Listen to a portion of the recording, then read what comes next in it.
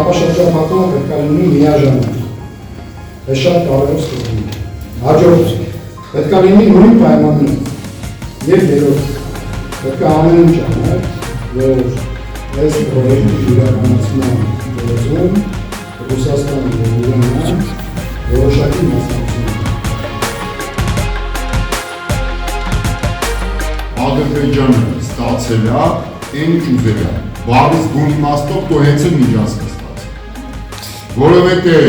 անխոչնդոտ ասում պետք է այդքան գա։ Հանքարդյունաբերություններ հիմա մեկը դեպինը քանդում ծախում են, չգիտես ով որ շահութաստանը, մեկ էլ նորից իրանք միանգամից